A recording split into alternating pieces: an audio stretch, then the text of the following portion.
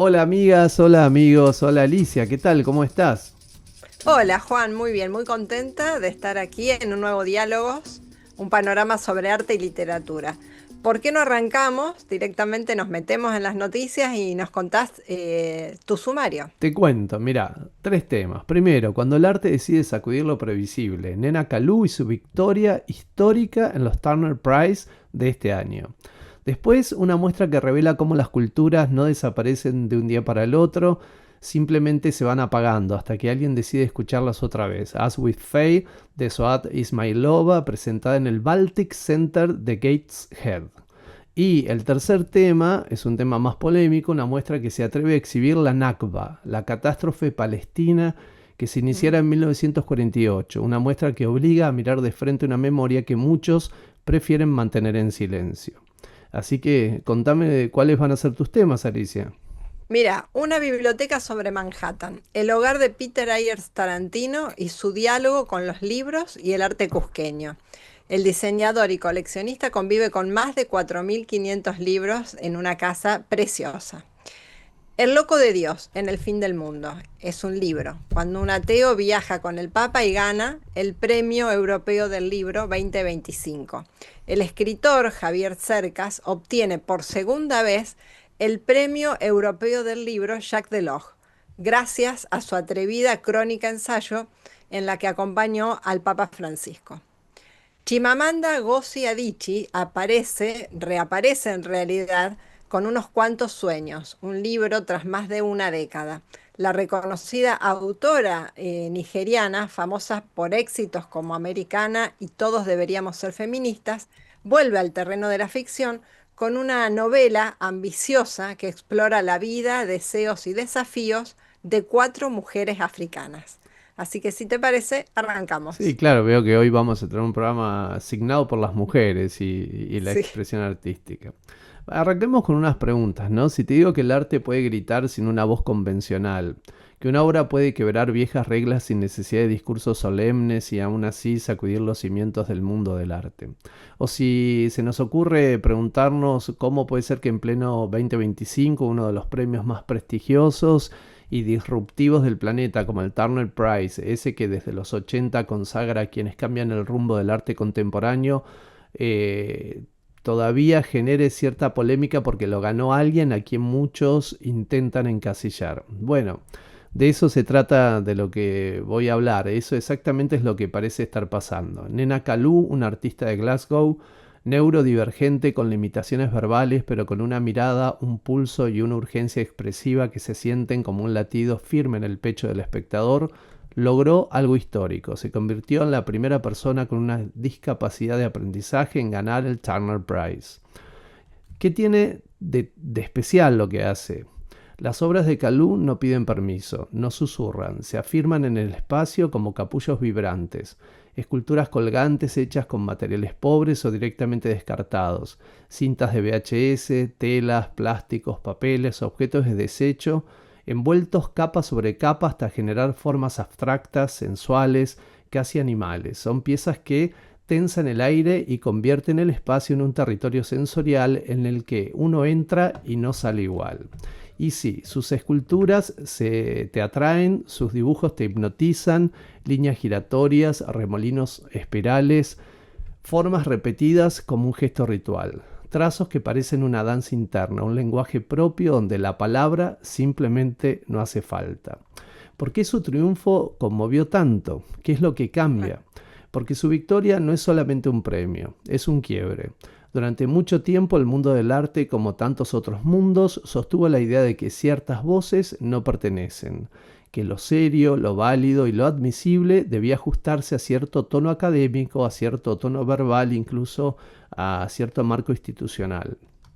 Y Calou vino con sus manos, con sus cintas y su trazo y dijo lo contrario. Convirtió su forma de estar en el mundo en una potencia expresiva. Puso el cuerpo en la obra y el jurado de Turner lo reconoció sin titubear. Celebró su escala, su color, su energía visceral, esa presencia física que no se puede ignorar. Este premio marca la caída de un muro viejo y torpe, aquel que sugería que lo distinto no podía contar. Ese muro ahora tiene una grieta enorme, por ahí entra aire nuevo, por ahí entra lo imprevisible, lo genuino, lo sensorial, lo humano. Entonces, ¿para qué sirve el arte hoy si no es para esto? Sirve justamente para recordarnos que la creatividad no hace de fórmulas, sino de cuerpos que insisten, de cuerpos que resisten, que necesitan expresarse incluso cuando el lenguaje tradicional se queda corto. El arte sirve para transformar lo descartado en algo vibrante, para que el reconocimiento no sea un gesto de caridad, sino de justicia. El arte sirve para demostrarnos que las formas más radicales de belleza viven fuera del molde, que no hace falta poder enunciar discursos perfectos ni provenir de academias impecables. Basta una mano que no calla, una cinta reciclada, una escultura suspendida en el aire y una convicción profunda de que el arte puede nacer en cualquier persona, en cualquier circunstancia o en cualquier voz. Así que, si estás pensando que el arte perdió sentido, que ya no incomoda, que ya no transforma, te invito a conocer la obra de Nena Calú, a conocer sus capullos colgantes, en sus líneas turbulentas, en ese impulso visceral que no necesita palabras para ser contundente. Y recordemos, el arte verdadero no pide permiso, exige ser escuchado. Este año el Turner Prize, ese gigante del arte contemporáneo, lo entendió, me parece, mejor que en ediciones anteriores. Qué bueno, ¿no? Qué bueno que un premio tan importante como el Turner se ponga la mirada sobre estas expresiones artísticas, ¿no? Y sobre estos artistas. Sí, porque muchas veces Eh, se tiene como un preconcepto del arte como algo más abierto, pero sin embargo las academias y las instituciones vinculadas al mundo del arte que han legitimado a claro. artistas y obras han sido muy rigurosas y han apartado en muchos casos con muchos prejuicios, ¿no? A muchos personajes que con el tiempo después lograron demostrar su impronta, ¿no? Algunos, otros, en cambio, quedaron en el camino a partir de esos prejuicios. Claro, claro, claro. No, es importantísimo que estos premios pongan la mirada. Después, bueno, veremos qué ocurre, ¿no? Con las carreras de cada uno, pero no sé, me parece que es muy trascendente que hagan que den ese paso, ¿no? Sí, sí, tal cual. Y este que es un Eh, premio muy significativo. Muy, muy, muy. Mira, te cuento y les cuento a los espectadores. Una biblioteca sobre Manhattan. El hogar de Peter Ayers Tarantino y el diálogo inesperado entre los libros y el arte cusqueño. En pleno Upper East Side de Nueva York, una de las zonas residenciales más emblemáticas y refinadas de la ciudad, se esconde un apartamento muy singular, un espacio íntimo de poco más de 200 metros cuadrados que funciona como refugio cultural, galería personal y biblioteca viviente. Allí reside Peter Ayers Tarantino, diseñador y coleccionista de 78 años, quien durante muchos años, durante décadas, reunió una colección con más de 4.500 libros dispuestos en pilas limpias y altas que ocupan cada rincón disponible.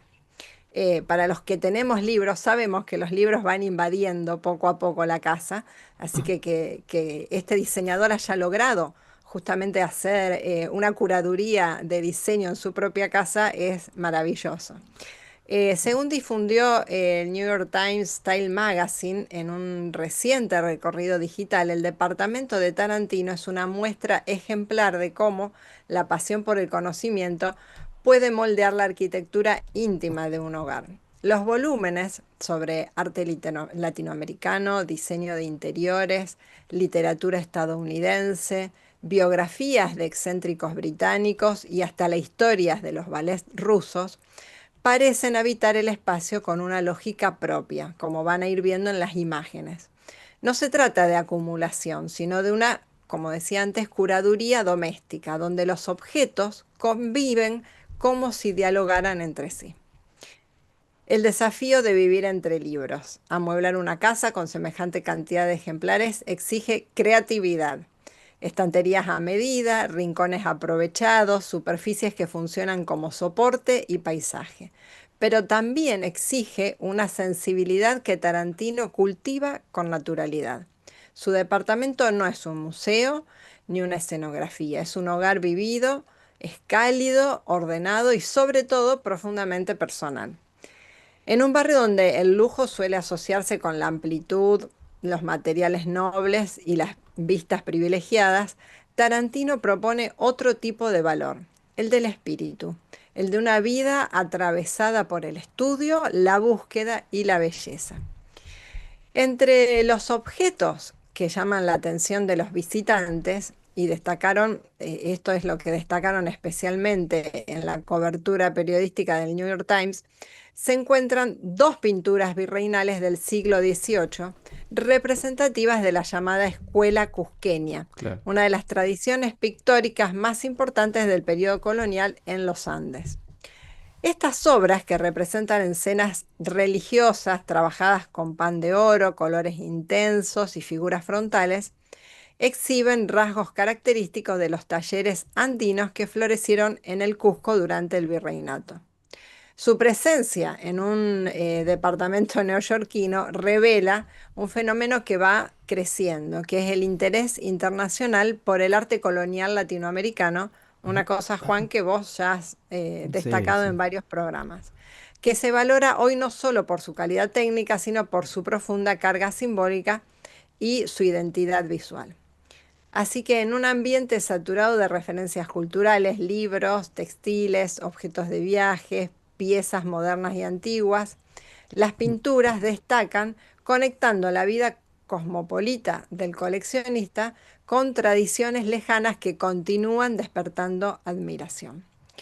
El apartamento se ha convertido en cierta forma en un mapa cultural, un espacio donde se cruzan épocas, estilos, geografías y miradas. Su colección de libros actúa como columna vertebral, nunca mejor dicho, mientras que las obras de arte, entre ellas estas piezas virreinales del Cusco, refuerzan un mensaje inequívoco. La cultura no conoce fronteras y encuentra hogar allí donde encuentra sensibilidad. Así que con este recorrido, el New York Times no solo mostró una casa extraordinaria, también celebró la vigencia del arte latinoamericano, de los libros y su capacidad para dialogar con el mundo, incluso en el corazón de Manhattan. Claro, Así claro. que me encantó porque me encantó visualmente, como han estado viendo en las fotografías, como la organización de los libros también en situaciones que son utilitarias, ¿no? En un hogar desbordado por los libros. Así que bueno, espero que Y disfruten de las que imágenes. se me ocurren dos cosas, ¿no? Qué interesante poder conservar la colección, ¿no? Tanto de libros como de objetos, porque el sentido que le da el haber pertenecido a una misma persona es muy Sí, particular, ¿no? Muchas sí, veces, lamentablemente, estas colecciones terminan dispersas y bueno, y algunos libros van a parar a algunas bibliotecas diferentes y los objetos a sí, algún otro lugar. Y es una lástima exactamente. porque el recorte que el dueño o quien armó esa selección también tiene un sentido en particular.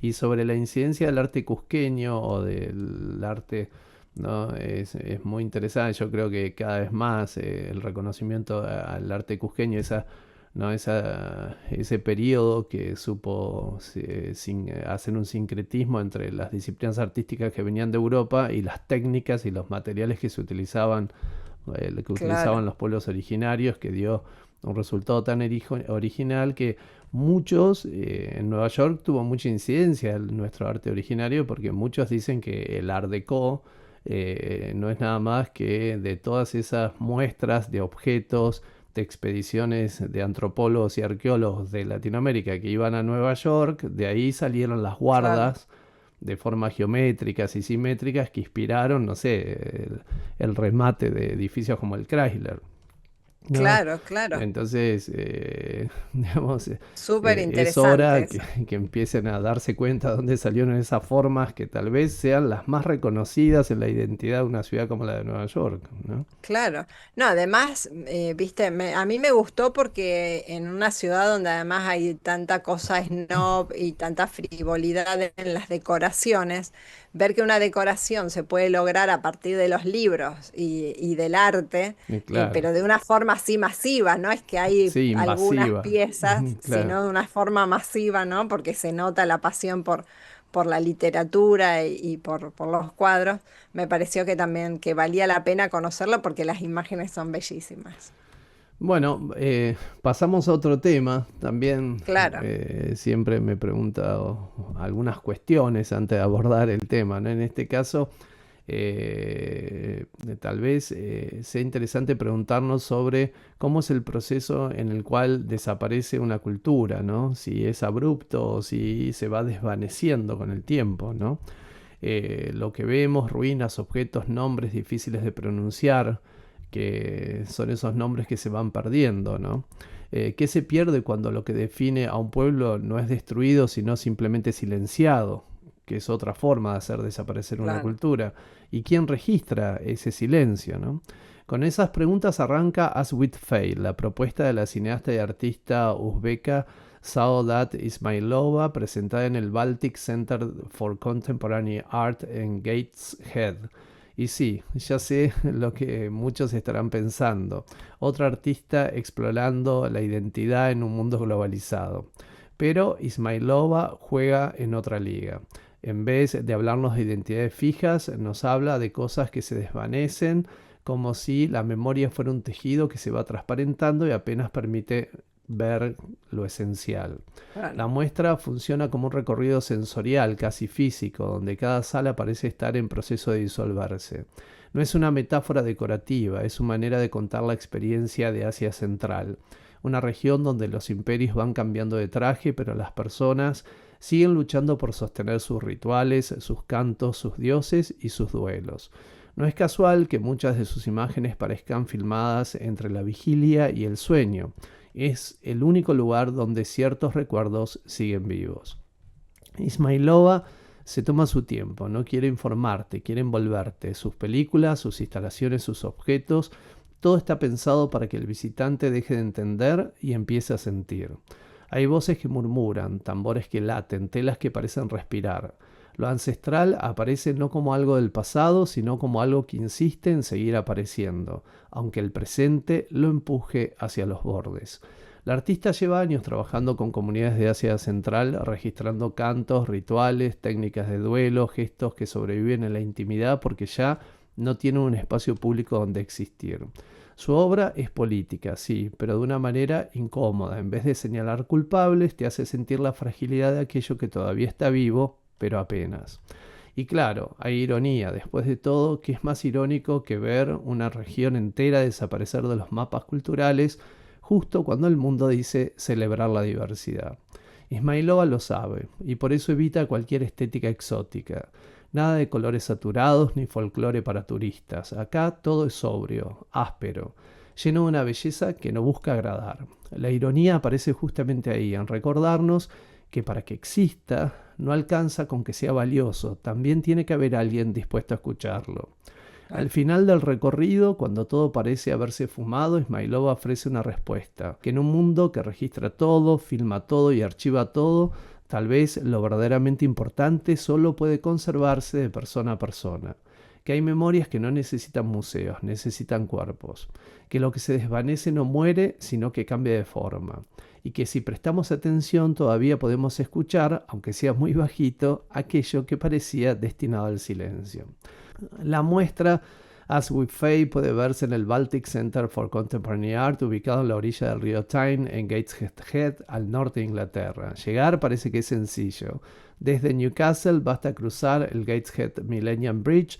Caminando son apenas unos minutos o tomar el metro hasta la estación Gateshead, que queda a unas cuadras del edificio. También pasan varias líneas de colectivos que dejan prácticamente en la puerta.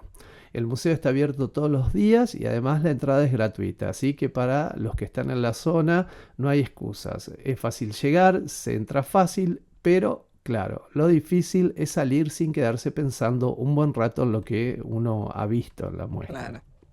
Qué interesante, porque además yo pienso con frecuencia qué pasará en el futuro con toda esta época, ¿no? Donde No se, la cultura no se silencia, pero también hay tanto ruido en imágenes, en videos y todo en forma virtual. Que cuál será el registro, ¿no? Alguien que quiera registrar la huella que dejó toda esta época cultural, de qué fuentes, en qué fuentes podrá buscar, ¿no? Porque las fotografías todas las publicamos en forma digital, las sacamos en forma digital, con los videos pasa lo mismo. Sí, es otra ¿Qué forma pasará, no? de perderse, ¿no? Que es perderse en la multitud, ¿no? En lugar de Exacto, perderse en la desolación, perderse en la multitud. Y después recuerdo una película exactamente, una de forma. Herzog, un gran director, donde un lingüista bastante Sí, particular recuerda que desaparecen más idiomas que especies animales, ¿no? Que todos los días o todas las semanas, no recuerdo bien las mirá frases, vos. da a entender que muere el último parlante de un idioma. ¿No? Con una periodicidad Qué bastante bárbaro ese importante. dato. Sí, sí. Es que claramente, ¿no? Se van perdiendo, se van Impresionante. fusionando, ¿no? Y la cosa se va convirtiendo en algo más Claro, homogéneo, ¿no? Así que contame qué es esto del loco de exactamente. Dios, De ahí ¿no? el peligro también. Sí. Bueno, El Loco de Dios en el fin del mundo es un libro que escribió Javier Cercas a finales de, bueno, la noticia en sí es que a finales de noviembre, ahora hace muy poquitos días de este año, se anunció que El Loco de Dios en el fin del mundo se alzó con el Premio Europeo del Libro Jacques Delors, distinción que valoriza obras que promueven el debate cultural, político y social en Europa. La obra de la editorial Random House fue publicada en abril, a principios de este año, y representa uno de los ejemplos más singulares y provocadores de la producción literaria reciente en lengua hispana. Con este reconocimiento, Javier Cercas se convierte en el primer autor español en ganar dos veces este galardón. La primera fue en 2016 con El Impostor. Lo que distingue a este libro no es solo su ambición literaria, sino la audacia de su origen. Según cuenta, y lo ha contado varias veces el propio autor, fue invitado por el Vaticano, siendo él un ateo declarado, anticlerical y racionalista. Y entre el 31 de agosto y el 4 de septiembre de 2023 viajó con la comitiva del Papa Francisco a Mongolia, un país mayoritariamente budista con una mínima presencia católica, para plantearle al pontífice una pregunta profundamente personal y existencial. Si su madre, la madre de Javier Cercas, creyente, podría reencontrarse con su padre tras la muerte. Y esto es, él lo ha contado varias veces, que cuando recibió la llamada del Vaticano para que lo acompañara el Papa Francisco en este viaje y después escribiera una crónica, él justamente dijo que era un ateo, pero que lo único que le resonó fue, bueno, que su madre, que es una profunda católica creyente, le iba a poder dar una respuesta certera si consultaba si hablaba con el Papa. Entonces fue como el motor que lo llevó a concretar este libro. Y el resultado es una crónica híbrida que mezcla ensayo, autobiografía, reportaje y reflexión filosófica. Un libro único en su tipo que abre al lector las puertas del Vaticano, de las convicciones personales y del enigma milenario de la fe. Al entregar el premio, el jurado, que estaba presidido por el escritor Andrei Kurkov, resaltó que El Loco de Dios no es solo una obra sobre religión, es un libro sobre Europa, sobre Italia, sobre el papel de la religión en Europa y en el mundo, sobre la reconstrucción del pensamiento europeo. Desde un punto de vista personal, Javier Cercas confesó que esta experiencia no cambió su condición de no creyente, pero sí le permitió explorar de cerca la complejidad humana detrás de una figura controversial como la del Papa y sobre todo como el Papa que le tocó reportear, que fue el Papa Francisco. Así que este singular libro eh, acaba de ganar este prestigioso premio y además su autor lo hace por segunda vez. Y bueno, y Javier Cercas con este material decidió escribir este libro que lo ha llevado a ganar varios premios, entre este tan prestigioso. Así que bueno, me gusta a mí lo que dice, lo que dijo el escritor Kurkov. Es un libro sobre Europa, sobre la reconstrucción del pensamiento europeo, ¿no?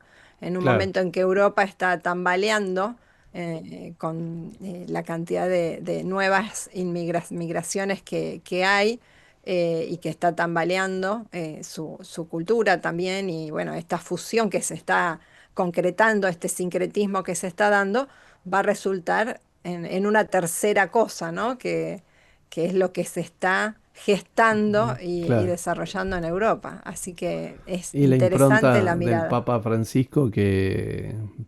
que dará para muchos libros seguramente, ¿no? Y para Sí, muchas seguro. historias, ¿sí? Estas son solo las primeras, ¿sí? Sí, ¿No? Los historiadores en algún momento tomarán distancia y ahí empezarán a surgir tantas otras. exactamente. Mira, este es un Con... tema que... yo porque te pasaba No, al eso, otro. te quería preguntar con Sí. qué seguimos. Este es un tema al que Francisco le ha prestado mucha atención, ¿no? Y en este caso también es un museo el que le presta atención. ¿Y qué pasa cuando un museo decide exhibir la memoria que muchos prefieren olvidar, ¿no? ¿Puede una exposición despertar más verdad que 1000 discursos políticos? ¿Estamos listos acaso para mirar una historia que todavía nos duele? ¿Qué sucede cuando las vitrinas de un museo muestran lo que el mundo intenta esconder? ¿Puede la memoria incomodar y aún así ser necesaria esa memoria?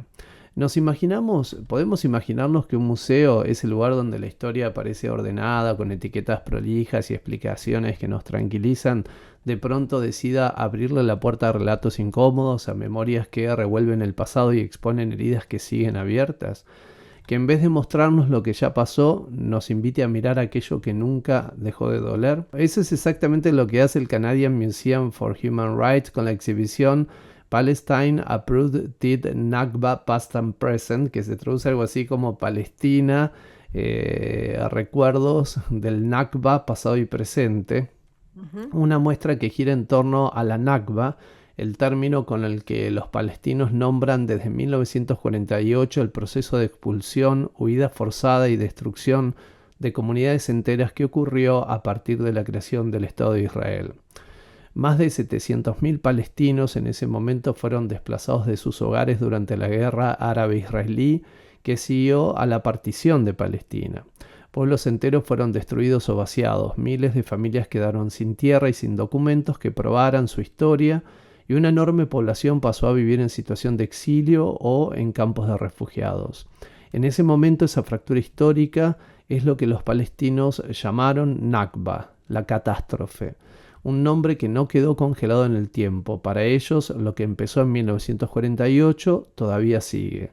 Es memoria, pero también presente.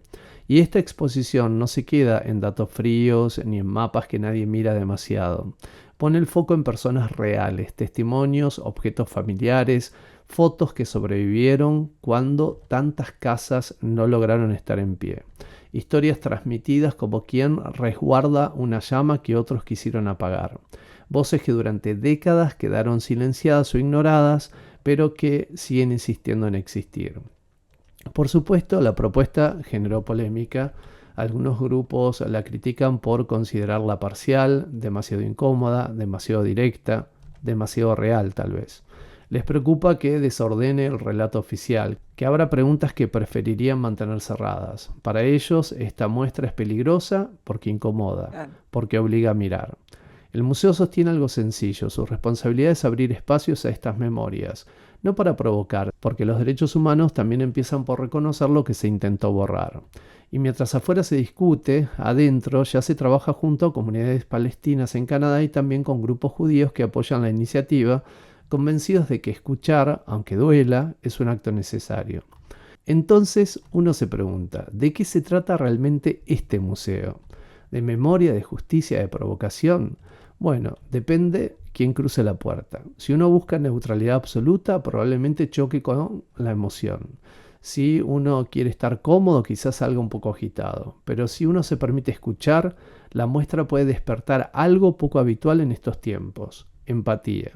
porque la Nakba no fue un episodio aislado ni un accidente histórico, fue y sigue siendo un proceso que transformó la vida de generaciones. Desplazamientos, pérdidas, exilio, identidades suspendidas entre lo que fue y lo que quedó. Más allá de la geopolítica y los discursos, lo que queda es la condición humana. ¿Y por qué vale la pena, incluso si es incómoda? Porque hay verdades que no entran en un gráfico, porque el derecho a recordar también es un derecho humano, y porque un museo que decide escuchar a quienes fueron silenciados cumple su función más profunda, sacudirnos. Porque al final, tanto el arte como la memoria tienen algo en común. No están ahí para gustarte, sino para transformarnos, para hacernos mejores personas. ¿Cómo se llega y dónde se puede ver? La exhibición Palestinian Uproot Nakba Past and Present se presenta en el Canadian Museum for Human Rights, en el corazón de Winnipeg, en Canadá, y se puede llegar fácilmente si uno está en la ciudad, en transporte público, en bicicleta o caminando desde el centro. La muestra estará disponible durante la temporada establecida por el museo y luego se plantea itinerante por otras ciudades en el futuro. Así que, quien dice por ahí, en algún momento nos cruzamos con la muestra y podemos verla.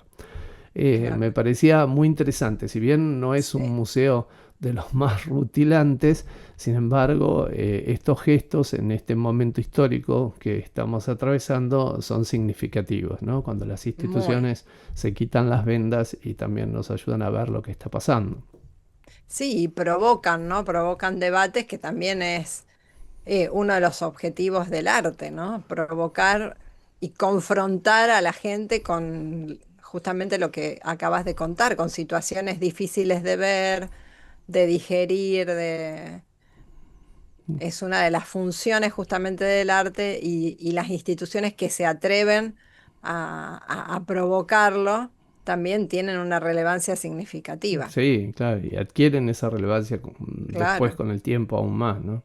Totalmente, totalmente. Mira, A nos ver, vamos a otra voz que regresa. Regresa la voz de una generación. Chimamanda Ngozi Adichie reaparece con el libro Unos cuantos sueños, después de una década de no publicar. La reconocida autora nigeriana, famosa por éxitos como Americana y Todos deberíamos ser feministas, vuelve al terreno de la ficción con una novela ambiciosa que explora la vida, los deseos y los desafíos de cuatro mujeres africanas, un retrato íntimo y contemporáneo sobre la identidad, el duelo, el amor y la resiliencia.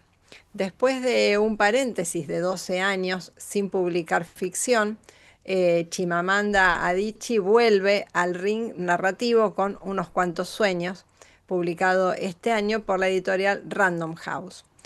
Unos cuantos sueños traza a través de la vida de cuatro mujeres un retrato multifacético de la mujer contemporánea africana, sus anhelos, heridas, decisiones y reconfiguraciones personales. A través de sus experiencias, Adichie aborda temas como el duelo, ella misma atravesó recientemente la pérdida de sus padres, la migración, lo que hablábamos, mira, justamente Juan, lo que claro. hablábamos antes, la ambición, las desigualdades de clase, la identidad de género, el amor y la amistad.